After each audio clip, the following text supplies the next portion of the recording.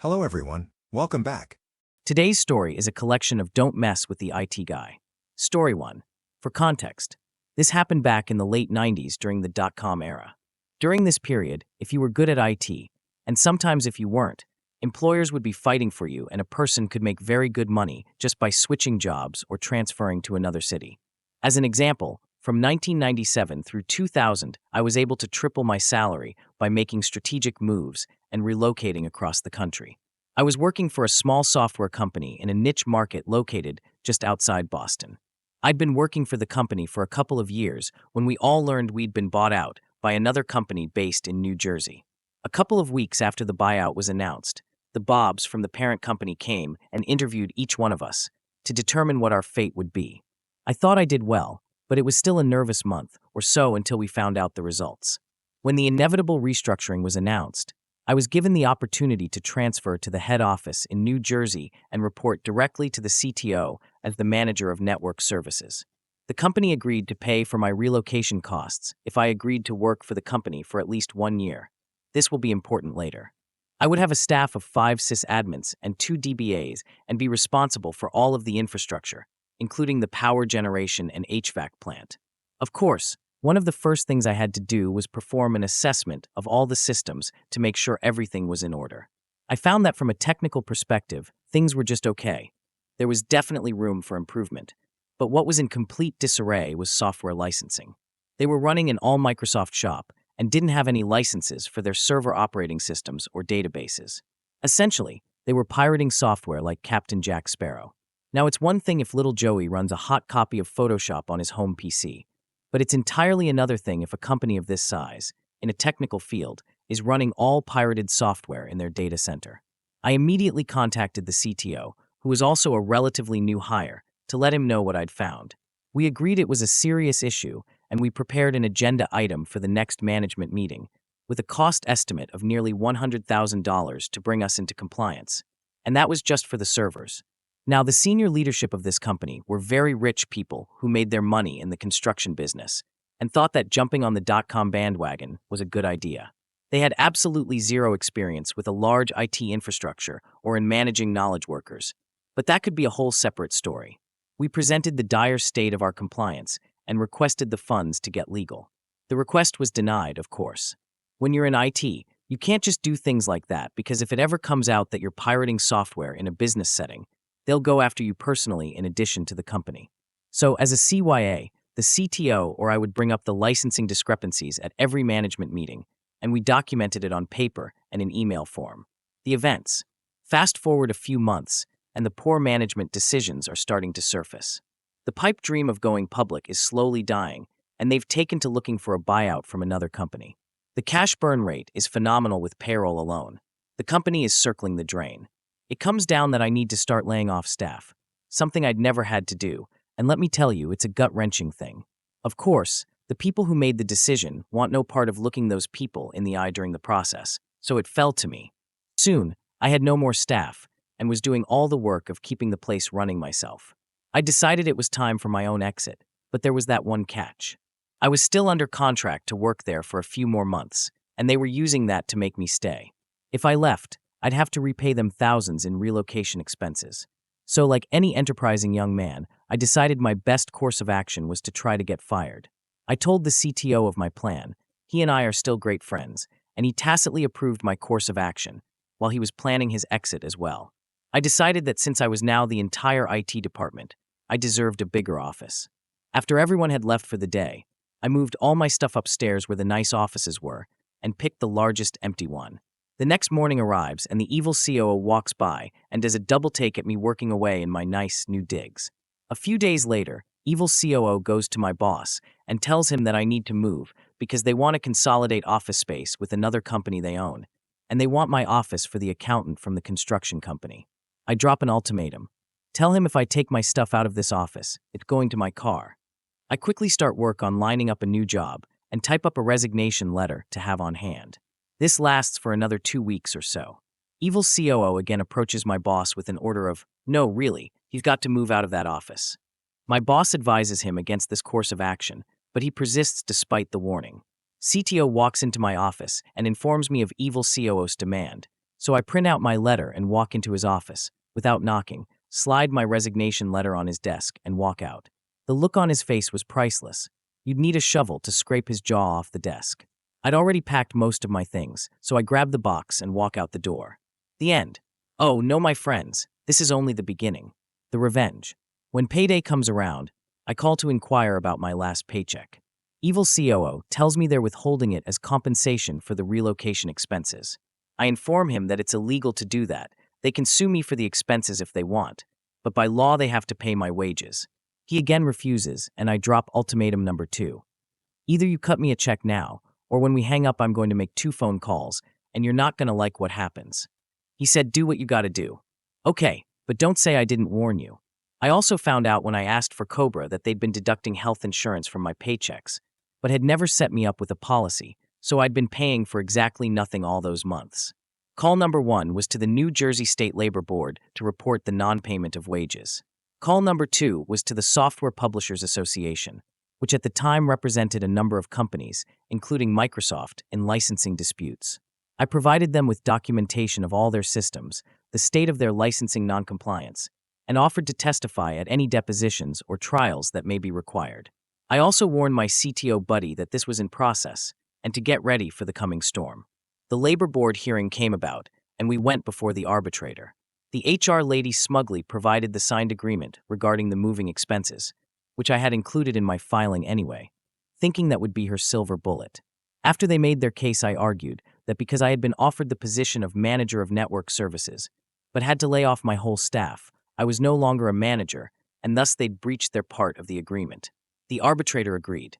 She ordered them to write me a check on the spot for the missing wages, ×3 as a penalty, and to repay all of the healthcare premiums that had been deducted from my checks. Phase 1 complete. CTO reported to me that the SBA showed up with lawyers and accountants to do an audit on all their systems. CTO provided them with the documentation that we'd presented where this was a problem, along with their responses. The audit was brutal. They ended up settling for $250,000 to avoid going to court over the piracy, and the SBA paid me 10% of it as a bounty. The settlement was one of the final nails in the coffin. The company only lasted a couple more months and was bought out for pocket change by a competitor just for the customer base. Moral of the story: don't mess with your IT guy when he's got big-time dirt on you. Story 2. I worked as a senior sys admin for a large county sheriff's department. I was also the SCCM guru there and in charge of freshening up PCs by building and sending images out. In the jail area, the end users, jail guards, were very paranoid of anything IT did and thought we were spying on them. Anyway, we would usually give them fair warning when normal maintenance was required, like system updates, reboots, etc. They would consistently sabotage anything we did, like force shutting down the PCs during updates or remote sessions, etc. So, as a punishment, I would send out a bare metal machine rebuild through SCCM to whatever division was acting like a-holes. 50+ computers wiped clean at a time. When the division commander would call up, the CTO, and whine, he'd just say we were trying to do maintenance, and since we kept having issues, the machines were obviously compromised. Story 3. Had an engineer storing confidential engineering drawings on our FTP server. We occasionally had vendors that would need a small set of drawings for outsource work. Well, this guy kept all the drawings for his project there. When I figured that out, I was nice and told him I was moving his files back to the secured location where we kept those files. He proceeded to tell me that if I did that he would just move them back. I said go ahead, but that location is not backed up, so the next time they appear there, I am just going to delete them. He called my bluff. I deleted his whole project that he had been working a year on. I did make a backup that I did not tell him about. He complained to the VP of engineering. I explained the situation to the VP and showed him the email chain and that I did have a backup. Engineer was terminated for not following security procedures. The next story falls into the typical category of don't mess with the IT guy, and it happened to me just 4 days ago. I currently work for a company in France as a technical writer, but I also lead some projects related to the IT department. The latest project involved implementing an ERP system, software designed for logistics, administrative, and production fields. Previously, we operated with minimal tools, relying on Excel and in-house software. Our main goal was to harmonize our tools and processes. The project began a year ago, and while it was challenging, it was also stimulating. About 10 months ago, we reached out to every department in the company to gather requirements for the internal and external tools and software. To clarify, we use the database daily to generate KPIs, statistics, and other essential data. Each department has its specific needs for results. For example, the marketing team uses it to review client trends over defined periods. Almost everyone responded to our request. They either shared their requirements for the new software or confirmed that the current setup was sufficient. However, one department remained silent: logistics. 2 weeks after the initial email, we hadn't received any response from the logistics team. I sent a follow-up email to remind them of the project and asked them to share their requirements for their daily work. Still, there was no reply.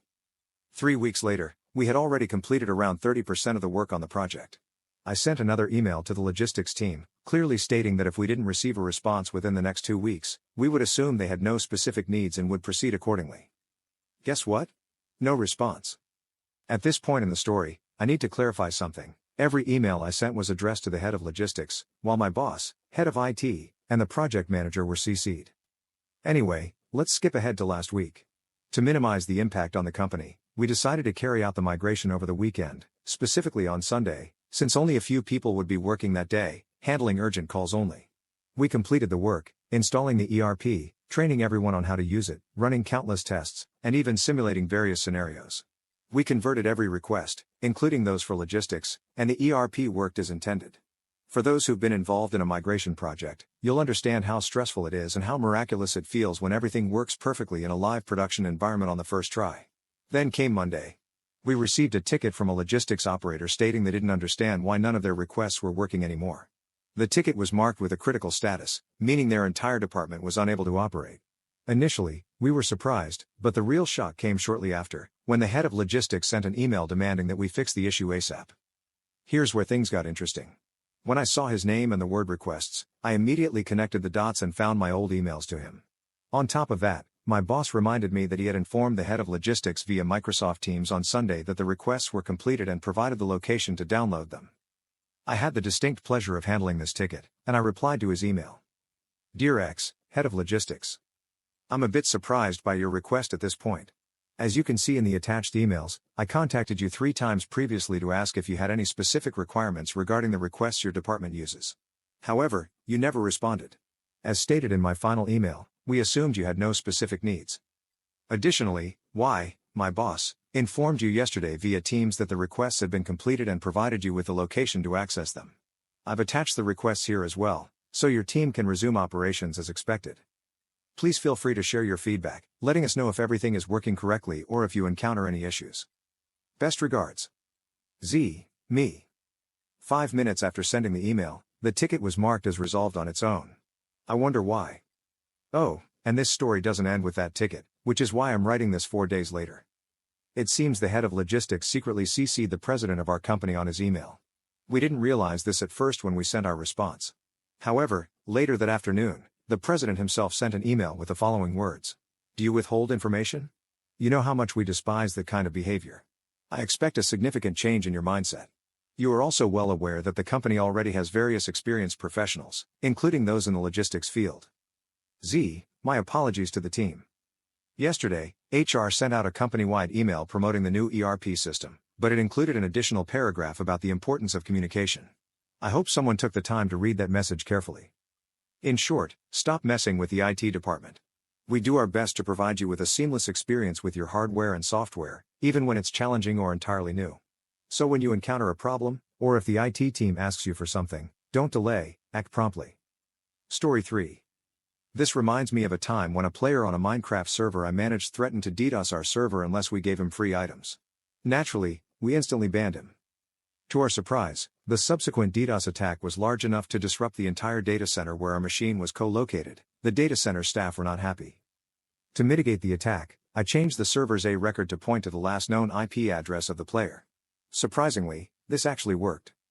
I then sent an abuse report to the player's ISP, informing them of the attack.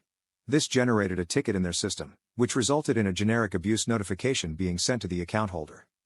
The account holder, a confused mother, replied to the automated email saying she didn't understand why she was receiving this notification. The ISP's ticketing system interpreted her reply as an update to the ticket and, helpfully, forwarded her email to me since I had technically opened the ticket. I was more than happy to email her directly to explain the circumstances of the attack. I also asked if she happened to have a child who played Minecraft. She responded, informing me that her son had admitted to launching the attack. Apparently, he had been assisted by, in her words, an online friend using some software called TeamViewer. She assured me that her son had been suitably disciplined. Story 4. About 2 years ago I started at a small/medium business with a few hundred employees. We were almost all on-prem, very few cloud services outside of MS 365. The company previously had one guy who was essentially good with computers, set things up, but they grew to the size where they needed an IT guy full-time, which isn't super unusual. But the owner was incredibly cheap. When I started they had a few working virtual host servers, but they had zero backups, absolutely nothing on-prem was being backed up externally. In my first month there I went to the owner and explained how bad things would be if we didn't have any off-site backups. We were doomed. I looked into free cloud alternatives, but there wasn't anything that would fit our needs. Management was very clear: the budget for backups is $0, and nothing is going to happen, you worry too much. So I decided to do it myself. I figured out how much I could set aside each week and started saving. I didn't make a whole lot, but I did have extra money each month. I was determined to have a disaster recovery plan, even if they didn't want to pay for it. And some of you may remember, Hurricane Ian hit a few months ago. We were not originally predicted to take the brunt of it, and management wanted no downtime, so we did not physically remove the server from the premises. The storm damaged the building and we experienced some pretty severe data loss. So it was time for my disaster recovery plan. The day after, we gathered at the building and discovered the damage. After confirming we had lost data, I said I quit. I got in my car and lived off the 6 months of savings I had. Tomorrow I start my new job. Disaster recovery plan worked exactly how I planned. Next story. This one's short. The company runs a summer internship program for high schoolers. Each intern gets an old desktop and access to one folder on the company drive. One kid couldn't find his folder. This sometimes happens because, with the modifications made to our setup during COVID, our server occasionally gets disconnected, and users need to restart. I told him to restart and call me back. 5 minutes later, I got a call saying the computer wasn't starting up. Turns out, he must have hit shutdown instead of restart. Long story short, after a few minutes of trying to walk him through it over the phone, I went down to his desk. When I arrived, I discovered he thought the monitor was the computer. I plugged in the VGA cord, which he thought was the power cable, and pressed the power button on the actual desktop. Now that the computer was running, we still couldn't find the folder. He was looking for it on the desktop. I opened File Explorer, and there it was, clearly visible. Me, here's the folder. User, I don't see it. Me, clicks the folder. User, oh, now I see it. I created a shortcut to the folder on his desktop for convenience. Then I asked him what kind of device he uses at home. His answer, an iPad. And at school? Also iPads. Edit, just to be clear, I don't blame the kid. I blame educators and parents for overlooking the importance of teaching basic tech skills as part of a balanced education. Next story. Proof that space is infinite. I'm not in IT, but I happen to be one of the few people in our office who knows his way around a computer. So, I often get asked for help. Usually, it's something like, my MS Word isn't working, but this one really stuck with me. User, my coworker. Me, obviously me. User, help me. I have to complete this document in 20 minutes, but I can't type anything. Me, what's the problem? User, whenever I press a key, Word just starts putting infinite spaces between letters. Me, ha.png. I walk over to her desk and immediately notice something is off. Maintaining eye contact, I reach over and gently move her phone off the spacebar on her keyboard. She stares at me for a moment and says, "Please never speak of this again." 10 minutes later, of course, the whole office knows. That's it for now. See you in the next post.